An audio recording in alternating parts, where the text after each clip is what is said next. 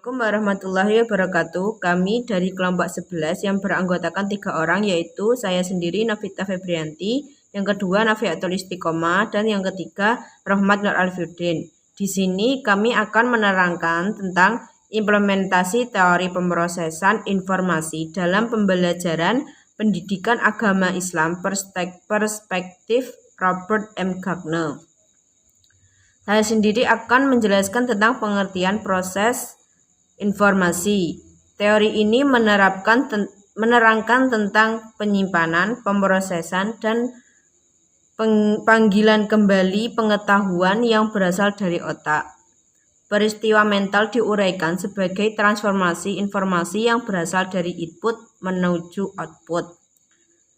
Teori pemrosesan ini membahas langkah-langkah dasar yang diambil secara individu untuk memperoleh dan mengingat informasi.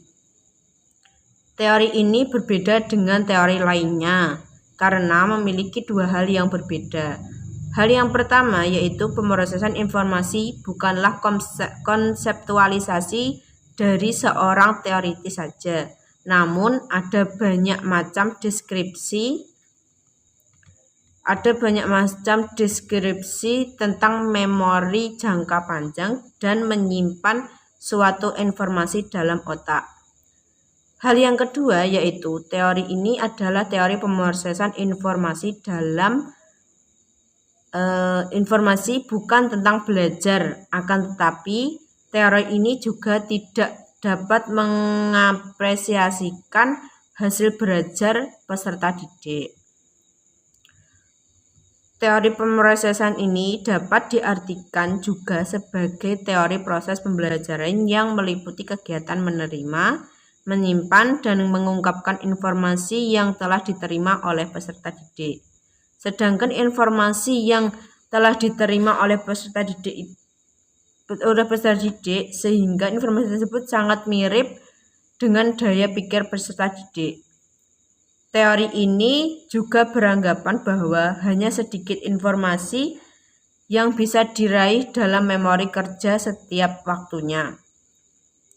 Adapun model belajar dari teori ini sering disebut dengan metode cognitive informasi processing dan terdapat 3 taraf struktural sistem informasi yang meliputi sensori, yang kedua working memory, yang ketiga long term memory. Ada juga bentuk pelancaran dalam pembangkitan ingatan peserta didik, yaitu pelancaran proaktif dan pelancaran retroaktif. Adapun kelemahan dan kekurangan dari teori ini yaitu untuk kelebihannya, dengan menerapkan teori ini pemrosesan informasi akan meningkatkan keaktifan peserta didik dan dalam berpikir, serta guru dituntut dapat menyampaikan materi pembelajaran peserta didik dengan metode yang menyenangkan dan menarik.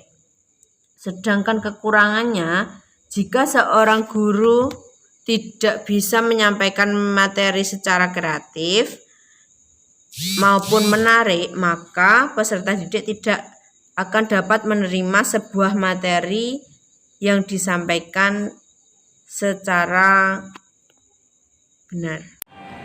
Baiklah, saya di sini akan melanjutkan presentasi dari rekan saya, yaitu subbab kedua mengenai teori pemrosesan informasi dalam pembelajaran. Teori pemrosesan informasi ini berasal dari asumsi bahwa belajar mengajar merupakan faktor yang sangat penting. Menurut teori ini, belajar merupakan proses pengelolaan informasi. Namun, teori ini menganggap bahwa sistem informasi dan data yang akan dipelajari peserta didik itu lebih penting, sehingga informasi tersebut yang akan menentukan bagaimana proses belajar berlangsung menggunakan sistem informasi yang telah dipelajari. Ada 8 fase yang diungkapkan oleh Gardner dalam satu tindakan belajar, yaitu yang pertama, motivasi. Pada fase ini, siswa selalu diberi motivasi untuk meningkatkan minatnya dalam belajar. Lalu yang kedua, pengenalan. Siswa diberikan perhatian lebih pada bagian-bagian esensial. Lalu yang ketiga ada pengolahan. Siswa dikatakan telah siap belajar jika telah menemukan informasi yang relevan. Lalu yang keempat ada retensi. Pada fase ini informasi yang diperoleh harus dipindahkan dari memori jangka pendek menuju memori jangka panjang. Lalu yang kelima ada pemanggilan. Pada fase ini dapat dilakukan dengan memperhatikan keterkaitan antara konsep pengetahuan yang baru dengan yang sebelumnya. Lalu yang keenam itu ada fase generalisasi. Pada fase generalisasi itu merupakan penerapan atau implementasi dari informasi yang diperoleh oleh peserta didik. Lalu yang ketujuh ada fase penampilan, yaitu berupa tingkah laku yang dapat diamati oleh guru. Lalu yang kedelapan ada umpan balik, yang mana pada fase ini guru memberikan umpan balik atas penampilan dari peserta didik. Demikian yang dapat saya sampaikan. Untuk subbab yang selanjutnya akan dilanjutkan oleh rekan saya. Terima kasih. C. Pembahasan implementasi teori pemrosesan informasi dalam pembelajaran PAI. Menurut Robert M. Gardner, ada 8 fase proses pembelajaran, yaitu yang pertama adalah fase motivasi, yang kedua fase pemahaman, yang ketiga fase pemerolehan, yang keempat fase penahanan, yang kelima fase ingat kembali, yang keenam fase generalisasi, yang ketujuh fase perlakuan, yang kedelapan fase umpan balik. Pada pelaksanaan pembelajaran PAI di kelas, pendidik memberi motivasi kepada siswa pada awal pembelajaran. Menurut Robert M. Gardner, motivasi adalah fase awal untuk memulai pembelajaran dengan adanya dorongan untuk melakukan suatu tindakan tertentu. Motivasi diberikan setelah pendidik membuka pembelajaran, mengkondisikan kelas, menekan absensi, dan menghubungkan materi yang akan dipelajari dengan materi yang telah dipelajari. Pemberian motivasi tidak hanya berkaitan dengan materi pembelajaran. Motivasi yang diberikan cukup yang sederhana, namun bisa membuat siswa atau peserta didik dapat bersemangat dan antusias untuk mengikuti pembelajaran PAI di kelas tersebut. Selain 8 fase di atas, Robert M. Gardner juga mengemukakan 9 langkah yang harus diperhatikan guru dalam melaksanakan pembelajaran berdasarkan pada teori pemrosesan informasi, antara lain yaitu yang pertama adalah memberikan perhatian. Pada awal pelaksanaan pembelajaran perlu untuk menarik perhatian siswa, sehingga siswa diharapkan siap dan fokus dalam mengikuti kegiatan pembelajaran tersebut. Yang kedua, memberi tahu siswa tentang tujuan pembelajaran yang akan disampaikan. Pemberian tujuan pembelajaran dilaksanakan atau dilakukan agar siswa dapat mengerti dan memiliki tujuan dan harapan belajar, sehingga mereka mampu mengemukakan sendiri esensi dari pembelajaran yang telah ia pelajari tersebut. Yang ketiga, membangun kembali pengetahuan yang lalu. Dalam hal ini, siswa perlu mengingat kembali materi yang telah disampaikan sebelumnya, kemudian mengintegrasikan dengan materi-materi yang hendak dipelajari atau materi yang akan dipelajari pada hari itu. Yang keempat, menyajikan pembelajaran sebagai rangsangan.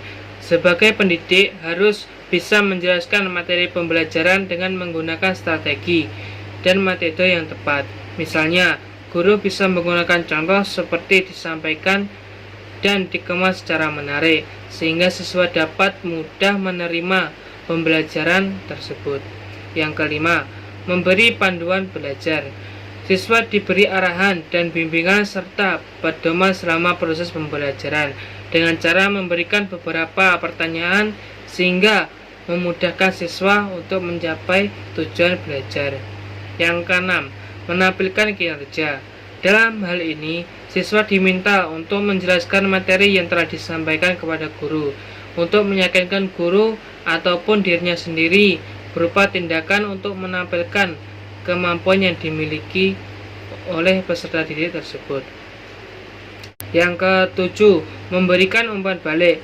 Guru memberikan umpan balik atau feedback agar bisa mengetahui seberapa jauh tingkat pemahaman yang dimiliki oleh peserta didik tersebut.